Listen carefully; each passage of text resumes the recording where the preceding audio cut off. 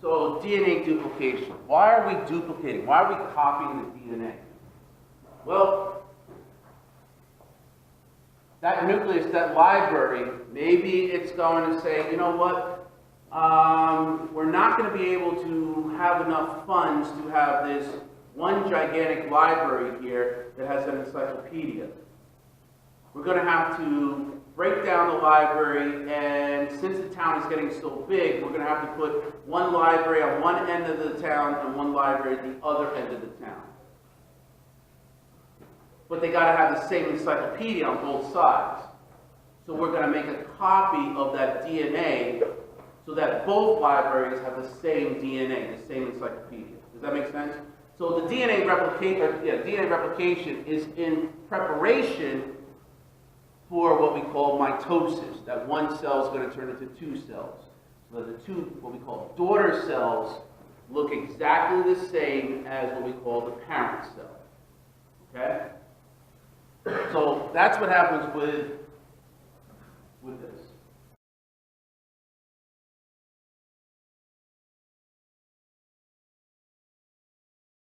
So DNA must replicate. So here's this cell. All right, and it has a certain amount of DNA there. Well, the DNA has to replicate, have two there, and they turn into chromosomes that all of us recognize. Then it goes through a series of phases to split those two cells into identical cells. These are exactly the same with each other as they did with the parent cell. So this DNA replication is important in preparation to do this. Now, some of this mitosis that happens can happen in a matter of minutes to hours, like your skin cells. Other ones, like neurons, your nerve cells, take 70 years to go through mitosis, to go from one cell to two. Very, very long time. In fact, some people, it doesn't even do it because you die before that happens. So there is truth about that. We don't want you to kill off any nerve cells because you can't make new ones until 70 or 80 years later. Okay? But we have to make more cells, so we have to duplicate it. So here's where it's going. All right? Many enzymes involved in this process. Okay? This is probably the hardest stuff, as I mentioned to you before. This is the hardest stuff to deal with here. The double helix unwinds from the histones. Those little proteins that are keeping them bound together, or wound together. We have an enzyme called DNA helicase. DNA helicase opens up one short segment of the helix at a time to expose the bases. So it's going to break some of those hydrogen bonds. Okay? It also untwists the double helix at one point, because if it keeps it twisted, it's going to be pretty tight. So as it's doing this, it's creating what we call replication fork. It looks like two zippers. So you have this.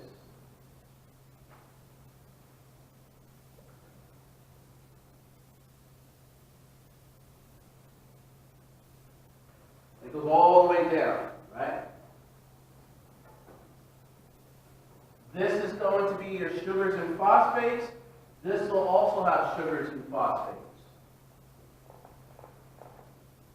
And we have bases in here, right?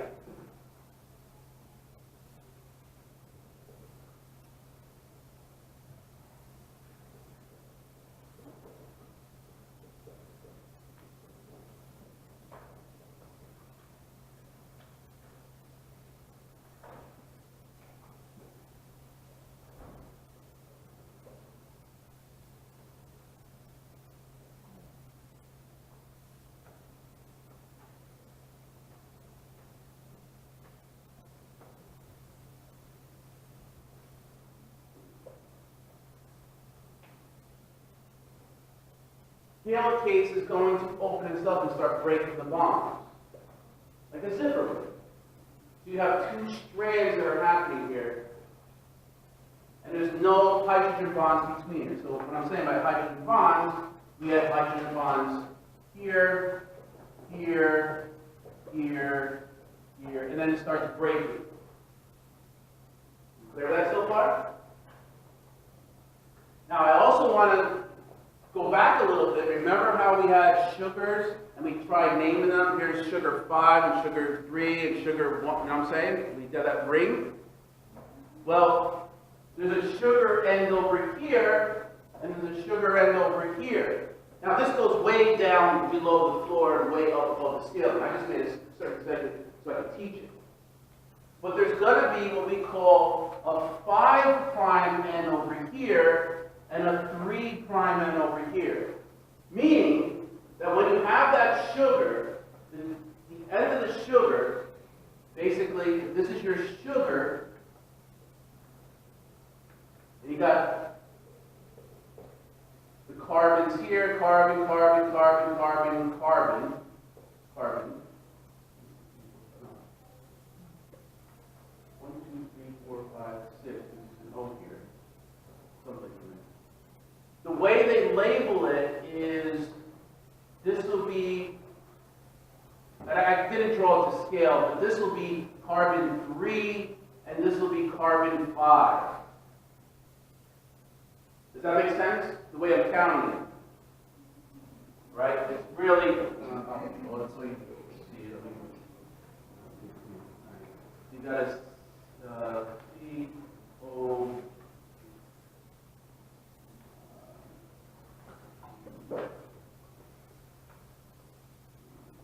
So that'll be 1, 2, 3, 4, 5. All right, so this will be carbon 1.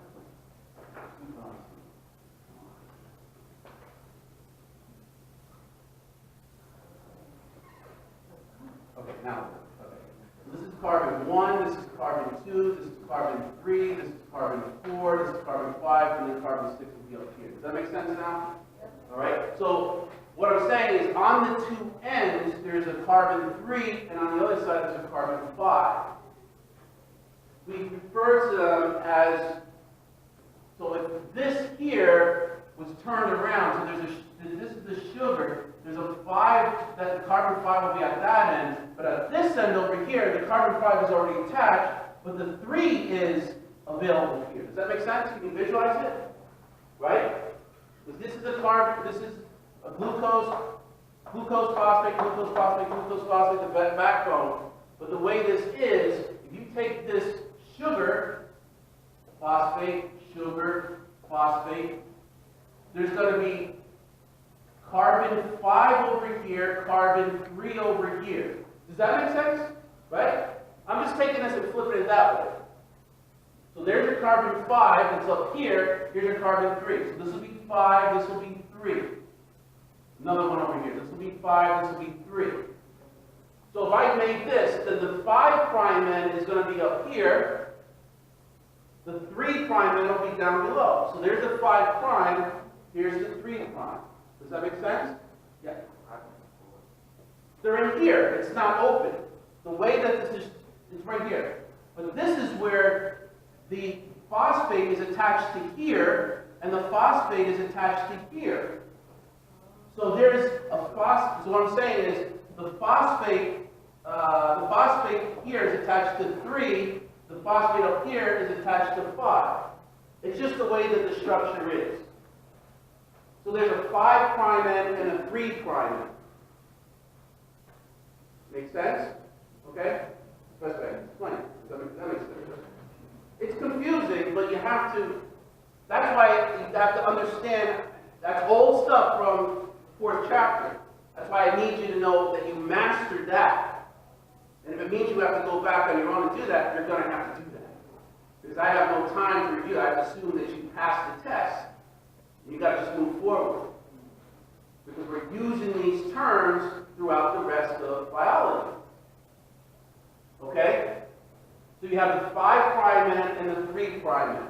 So if there's an open end over here, it'll be a 5'. If there's an open end over here, it'll be a 3'. So on this structure of the DNA, there's going to be a 5' end on this part of the zipper, but the other end will be a 3'. Okay, good with that?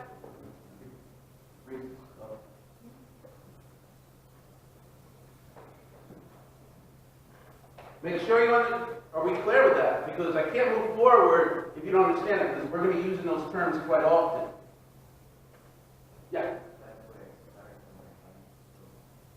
But it's very long. You're talking about billions of, I'm just saying that's the 5' up here, which means the other end has to be a 3'.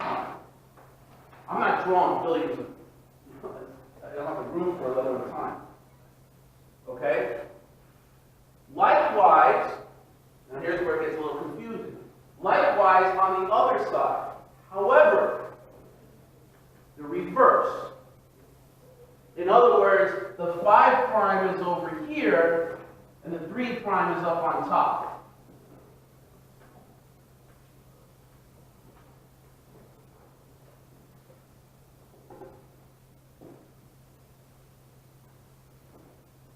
All right?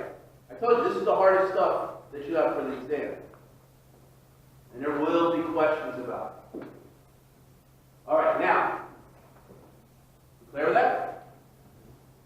All right? So you have these two separate halves, making like a zipper. All right, you guys paying attention back there? I see you doing stuff on the phone. Yeah? You're paying attention? Because I'm not going to answer questions if you do on here. Okay. All right, so that's what's happening with this. Okay?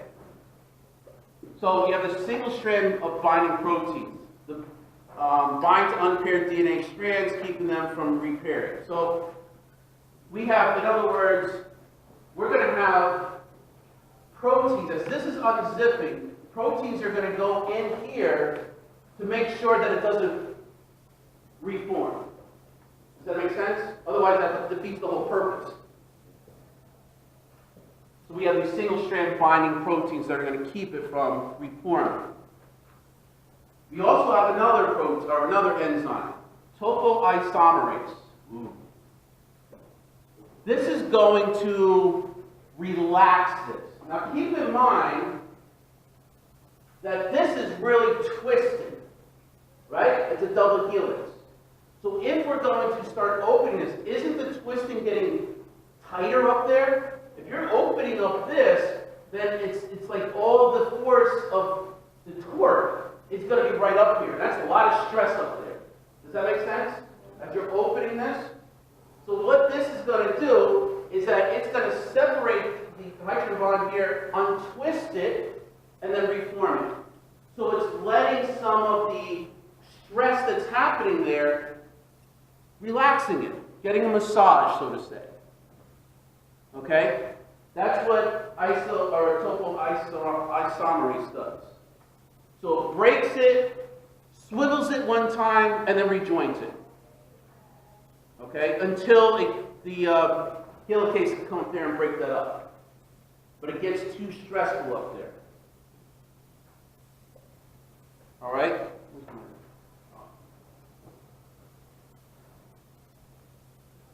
Then we have another enzyme. Remember, if it ends with ASC, it's an enzyme. A lot of enzymes. You've got to keep track of these. Now we have something called DNA primase. It's going to add a short, what we call primer, onto this. Because we've got to make a copy of this. All right? We're going to be building onto this so that we're going to have another DNA molecule here and another one over here. So it's going to use the DNA as a template. If we know that this is going to be, let's say, adenine, thymine, guanosine, cytosine, then we know on the other side that this must have been thymine, adenine, cytosine, guanine. Right? That makes sense. That's where it was originally. So we're going to start building things on here. We're going to need to put a thymine on here, an adenine on here to make a duplicate. So the DNA primase is going to add a short primer on here. it lays down a small RNA chain, about 5 to 10 nucleotides long. So 5 or 10 over here, just to get it started. Remember, this is billions of chains, or billions of nucleotides long.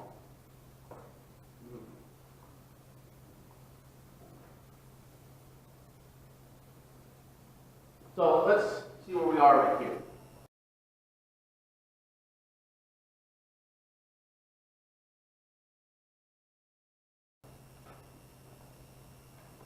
All right, it's kind of drawn differently up there, but here's where the zipper is going to happen, right? You've got a helicase over here that's going to start opening this zipper up, which means that there's going to be a lot of stress up here. There's going to be a lot of turning.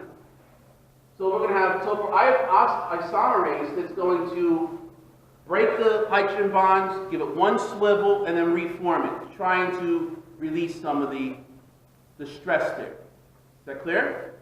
All right. They're also showing you the 5' and 3' on either side.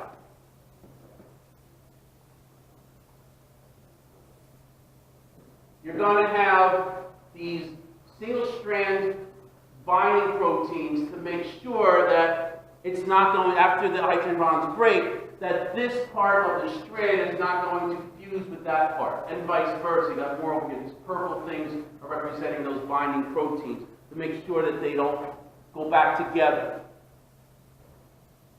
Then DNA primase is going to come in around here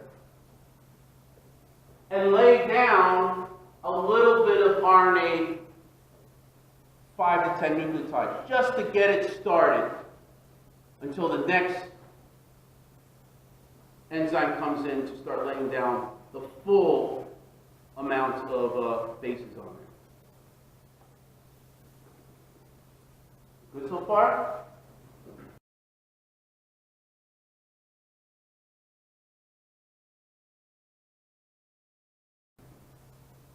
All right. Now we've got another enzyme. DNA polymerase III. This is the one that's going to add the bulk of the bases for the rest of the chain. All right, it's going to add the DNA nucleotides to where the RNA primer stopped. It needs to add something to the primer. See, DNA polymerase can't just add something. It has to add to a primer. So the primer has to be there for it to start what it needs to do. So this is where it gets a little bit confusing. It reads exposure bases 3' to 5'. It reads 3' to 5'. So it's going to read it 3' to 5'. I'm sorry, here. You're reading it this way, 3' to 5'. So you're reading CGT. It's going this way. Does that make sense? You're reading it from 3' to 5'. Does that make sense? You need to understand that because I'm going to show you something else that's going to be weird. If it reads only from 3' to 5', on this side it's reading it this way, is it not? But look at the other side. The 3' up there, the 5' there, so it reads this way.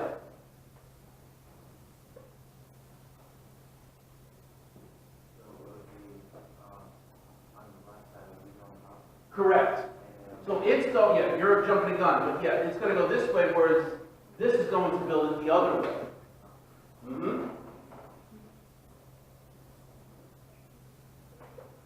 All right? And it requires a 3' end. That's why it has to do this. It's attaching to the end of the 3'. There's the end of the 3', here's the other end of the 3'.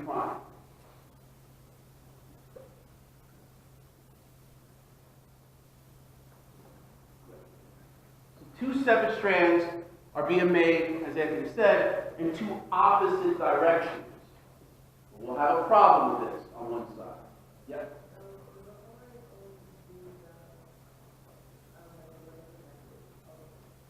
Yes. All the time. There is time. She's asking about is, can they put, let's say, if this is diamine, what if they put guanosine up there? Well, we have checks and balances to make sure, proofreading things that we'll talk about later about what happens. But yes, there could be a lot of errors on here, but we got good checks and balances. All right?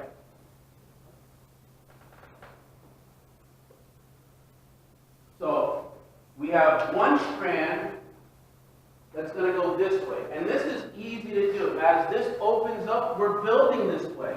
This strand that's happening this way is something we call the leading strand.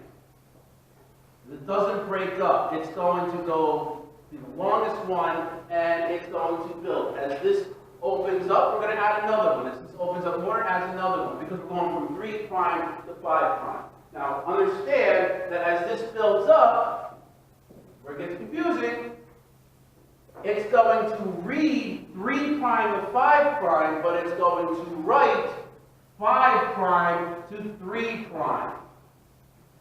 Because this is opposite as much as the original in red here going, this is opposite here too. You guys want to get away from chemistry, we're doing biology now, right? Is that clear? All right. So it reads 3' to 5', but it writes 5' to 3'. It has to bind to a 3' end. Now here's, we okay with that before we get into something that's a little bit more complicated? Okay. This way, we got to go the opposite way because it still has to read 3' to 5',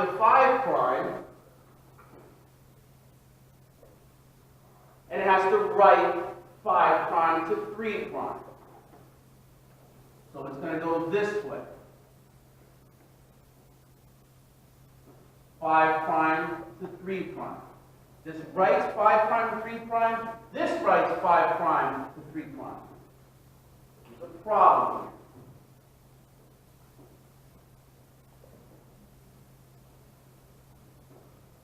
here. It has many short segments. They're called Okazaki fragments.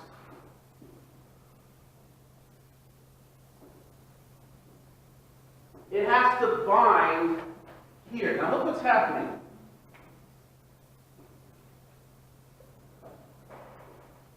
It'll attach, let's say, to here, 5' to 3'. But then you've got a gap over here.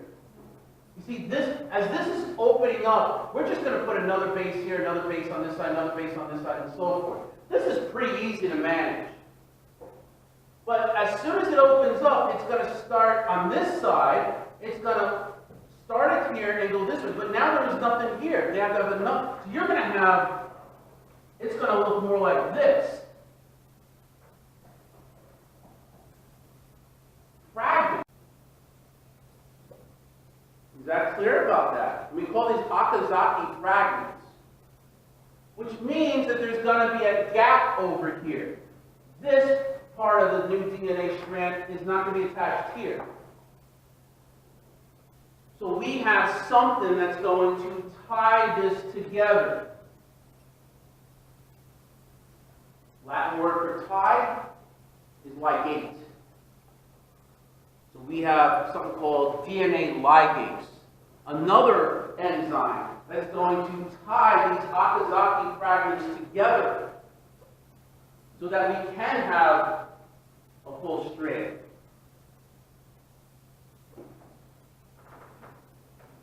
So,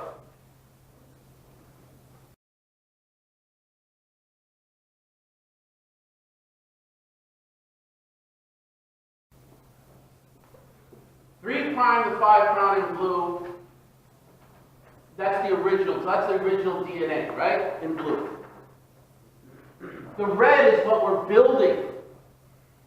And on this side, I drew it the same way. The colors are not corresponding, but it's going to read, on the leading strand, it's going to read from 3' to 5', but it's going to write from 5' to 3'. Because this is opening up, as soon as it opens up, another one can be attached, another one can be attached. The leading strand will be a continuous strand. But this side, reading from 3' to 5' in blue here, it's going to have, it'll write it as 5' to 3', but there's nothing going to be in front of here as this opens up. So there's going to be another fragment in front of that, in front of that, in front of that. But they have to be tied together. These are called Okazaki fragments, but we're going, and they'll be in place. So DNA polymerase 3 is going to be the red here. They're doing the same thing on both, but on one side it needs to be tied down to connect these fragments together. And that's what DNA ligase is going to do.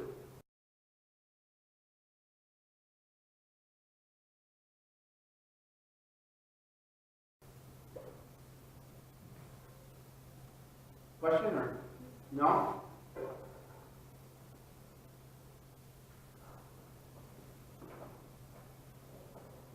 All right, I got a little video to show you, but let me finish up here.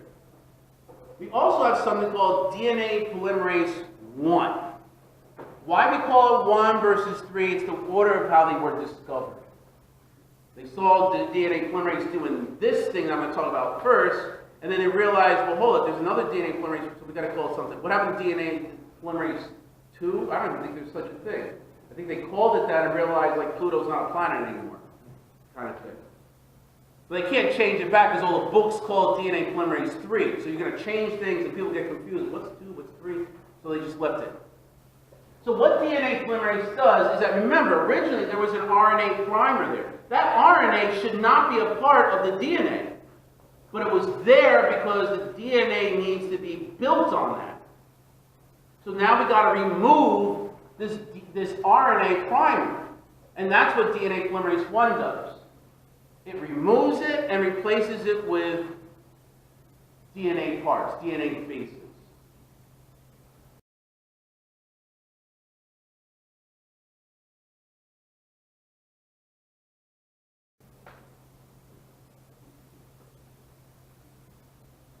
This is a summary of all those wonderful enzymes that I talked about and their major functions. But you need to understand how to put this whole thing together.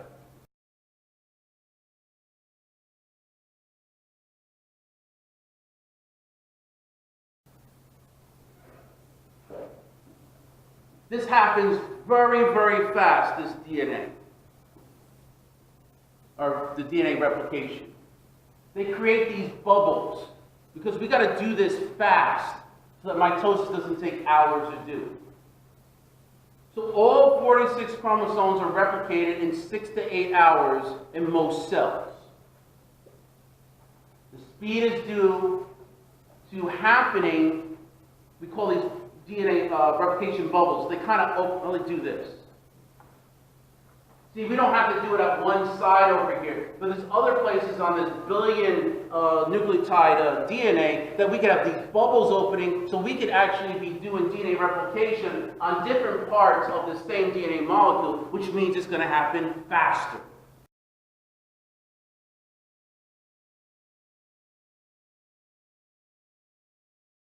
If I wanted to make a lot of copies of certain things in the encyclopedia set, it sure is easier and faster if I have 5 different Xerox machines with 5 different people doing the same job. See what I'm saying? So this contributes mainly to how fast the DNA replication occurs. All right? So this is just another picture showing the same things that I've been talking about. So 2 new daughter DNAs are made from this parental DNA, and we call it semi-conservatively, meaning we are not, if this is the original DNA, we are not going to get the original DNA and a completely new DNA. In other words, we conserved the whole DNA, the original DNA, and we made a new one. That's not how it works. What you're seeing over here is that if this is the original DNA, what you're getting is this.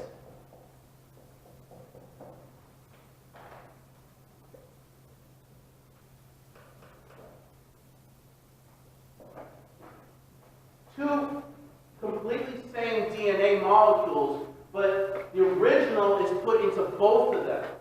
One side over, you can see it here, right? There's one and there's the other. We say that it's semi-conservative. You got a picture of it. Yeah. All right? So,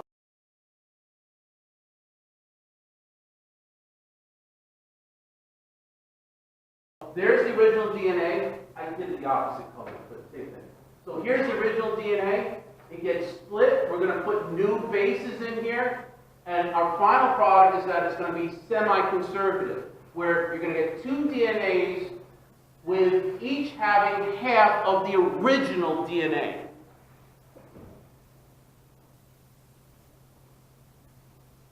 Okay? So let's think about it. If one strand of DNA has the base sequence of A, C, G, G, C, A, T, the other strand will have what? Don't answer. I'll ask right afterwards. I'll give you a couple seconds to figure out which one goes with what. Don't say the answer. I'll ask. Don't worry.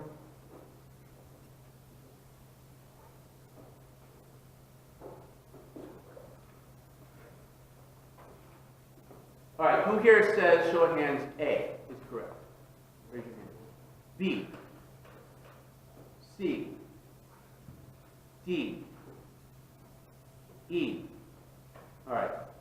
Our tests are not as easy as this. But it's to make sure that we're all on the same track. All right? So E is the answer. All right? So errors and mutations. Yes, it does happen. All right? DNA polymerase does make mistakes. I'm not going to lie to you.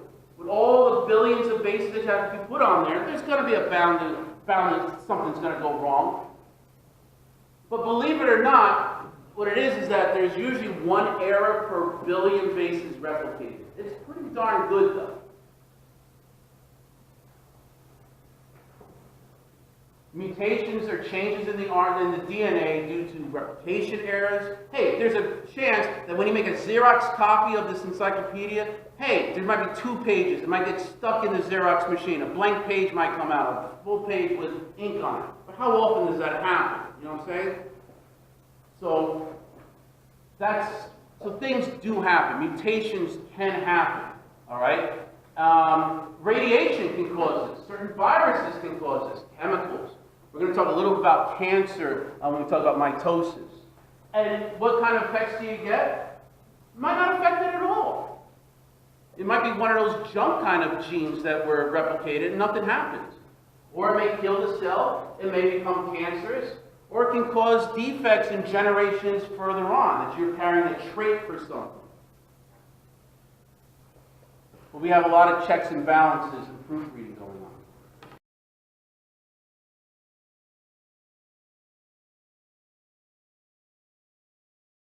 All right, I just want to show you one short video, and then we'll let loose for the lab.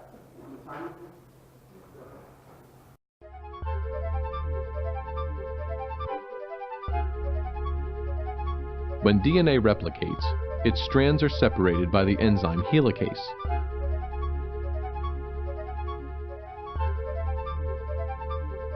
Single-stranded DNA binding proteins keep the strands from re-annealing.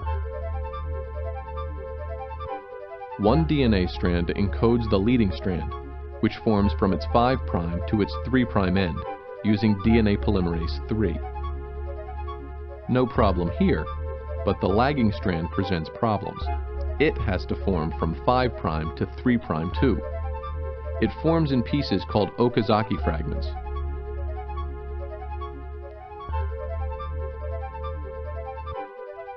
First, an RNA primase lays down an RNA primer. Then, DNA polymerase III lays down new DNA.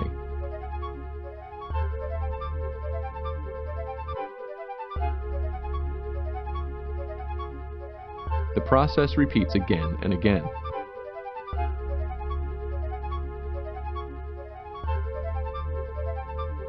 DNA polymerase I replaces the RNA primers with DNA. Finally, DNA ligase links the Okazaki fragments.